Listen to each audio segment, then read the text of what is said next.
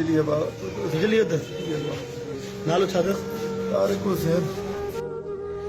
घर में ख़ुशियुनि जो माहौल हुयो। अमड़ पंहिंजे पुट खे मोड़ ॿधण जी तयारियूं करे रही हुई।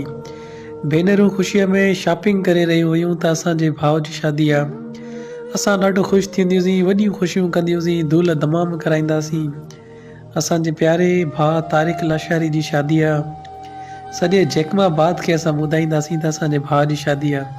संदसि नौजवान जो वालिद कार्ड ठाराईंदो विराईंदो पियो थिए त मां पंहिंजे पुट खे मोड़ थो ॿधायां, मुंहिंजे पुट जी 5 मार्च ते शादी आहे। पर उन्हनि खे ख़बर न हुई त कुदरत खे कुझु ॿियो ई मंज़ूर हुयो।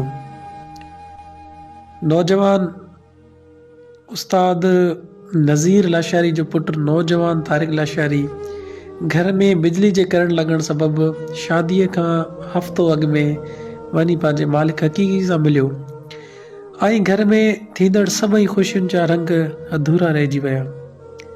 जंहिं नौजवान जा शादियुनि जा कार्ड विराइबा हुजनि, नौजवान केॾो ख़ुशि हूंदो त हाणे मुंहिंजी शादी आहे। उनजी वनवा में वेठल कुंवार, उनजे दिलि में हज़ारे अरमान हूंदा शादीअ जा।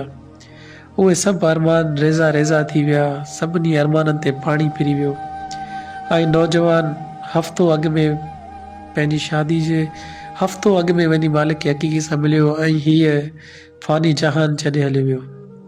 असां दुआ घुरायूं त अल्लाह साईं उस्ताद नज़ीर खे ऐं संदसि फैमिली खे सब्र जमील अता फरमाए ऐं नौजवान तारिक लाशारी खे जन्नतुल फिरदौस में आला मक़ाम अता फरमाए।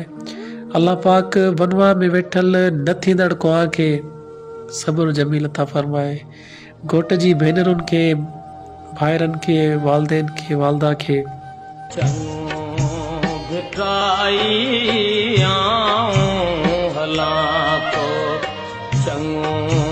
भिटाई